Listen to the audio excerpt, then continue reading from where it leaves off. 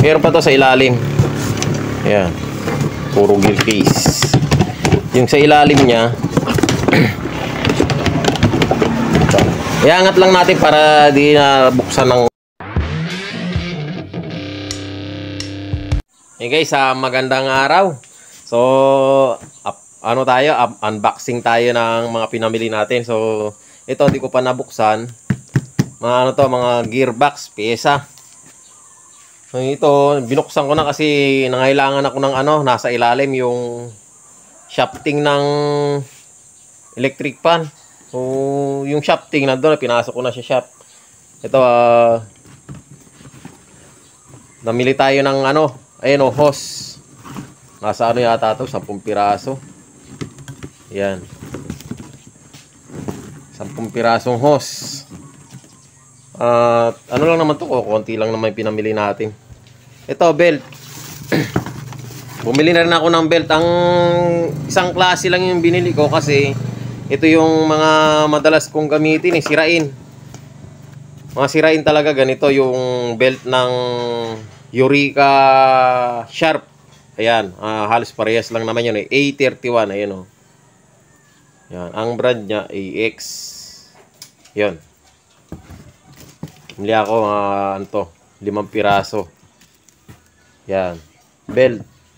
Tapos timer. Timer ng washing. So, hindi na ako bumili ng timer ng spin dryer kasi marami naman tayong may mga timer pa tayo sa shop ng dryer. Washing lang yung binili natin. Puro ano to, 3 wires yung binili ko. Ano to, ito yata yung sinasabi lang universal. Kaya na bumili ako, puro to pang ano na lang kasi bihira lang na masira yung sa dryer. So bumili tayo. Sa ano yata to, 10 piraso din. Yan. Timer. Saka capacitor. Yan, 5 UF. Saka ano to, 10 UF. 5 yata ito. Bali 10. May mga reserba pa naman tayo doon na ano, capacitor. Kaya konti lang din binili natin. Dagdag lang. So ito, capacitor ng electric fan. Kasi yung unang binili ko noon, ano, marami akong biniling capacitor ng electric fan. Marami nagrereklamo doon sa unang binili natin noon. Tagal na. Parang ano siya, yung mahinang klase. So ito, bumili tayo yung ano, magandang klase ito. Yung may wire na. Mabuksan natin. Pakita ko sa inyo.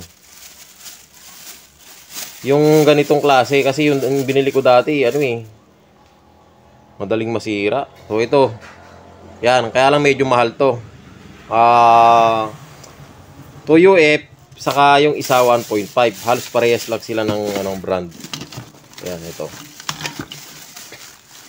Ito. Yung may wire na itim sa pula. Hindi ko pa nasubukan pero sabi lang magandang klase daw to. Yan. Capacitor ng electric fan. Tapos bumili rin tayo ng motor ng dryer. So 3 piraso yan, 3 pieces kasi magtatagulan na. So malapit na. Malapit na magtag-ulan. Kailangan na ng kanyang mga tao, dryer. So ito, bumili ako ng 50 pieces na bushing. Marami pa naman tayo reserva doon. Pero nagdagdag na rin ako. Kasi kailangan. Bibihira lang tayo mamalengke. So kaya yan. Yung mga kailangan talaga. So tapos ito, bumili na rin ako ng isang roll ng lead wire. So ano siya, Ichiban. Yan. Yung binibili ko yung Rubicon, wala daw yung medyo malaki. Kaya ito na lang binili ko, yung maliit, Ichiban. Kung meron pa naman tayo doon isang roll ng Rubicon. So nagdagdag lang. Yan. Yung mga pinamili natin na pyesa. So ito, pakita ko sa inyo mga gearbox. Gearbox ng washing. Tignan nyo dyan, Nay. Dalawa lang yan. So, buksan natin.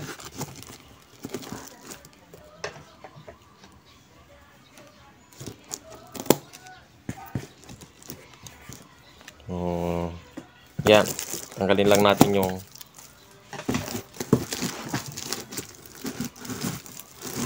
Tanggalin na natin itong tali.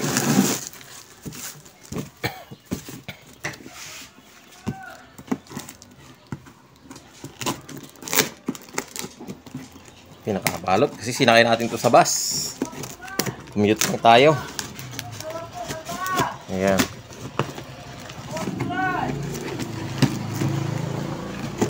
Yun. Ito. Yung mga granahe. So, yan. Ito yung naubusan kasi ako ng stock nito. Pang ano to, Eureka. Yan, without inner. Ang sinasabi nila, walang ano to, gear sa loob. Bushing lang.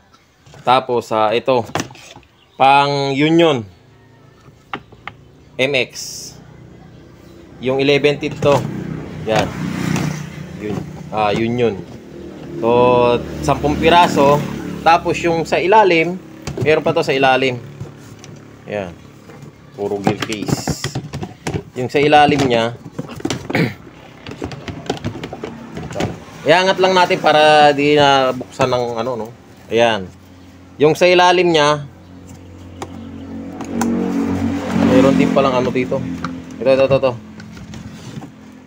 Oh, halos kaparehas din pala niya. Oh, hindi, ito. Ito, yung pang ano to, pang sharp na 3D.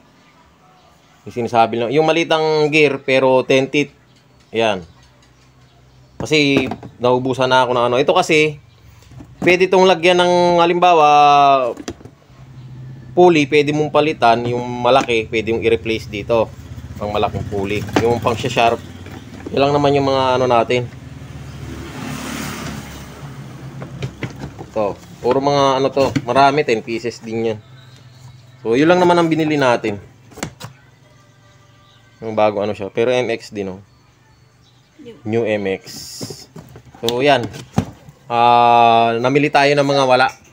So, marami pa tayong stock doon ng granahe, yung ano, yung pang sharp na ganito. Yan. Sharp na without inner, sinasabi nila. Pang ano to, pang yung walang gear, meron tayo noon. Saka yung ano, yung American Home, meron pa tayo doon. Yung mga malalaking pulley ng sharp, yung sharp na 10 teeth, yung ganito. Yung ganito, pero malaki ang pulley. Meron tayo noon, marami pa tayo noon. Yun lang yatang sa square, di ko napansin, pero alam ko meron pa yung square siya, wala siyang walang ngipin-ngipin na ganang kudrado. Meron pa tayo noon, may mga stock pa tayo sa loob. So, yan lang ang pinamili muna natin sa ngayon. Granahe. Ano yata ito? Nasa 10, 20, nasa 30 piraso yata ito. Na gearbox. So, yan. Ikakabit na natin doon sa loob mamaya. Papasok na natin doon sa shop. Unboxing lang natin. So, ayan guys. Ayan yung mga pinamili natin.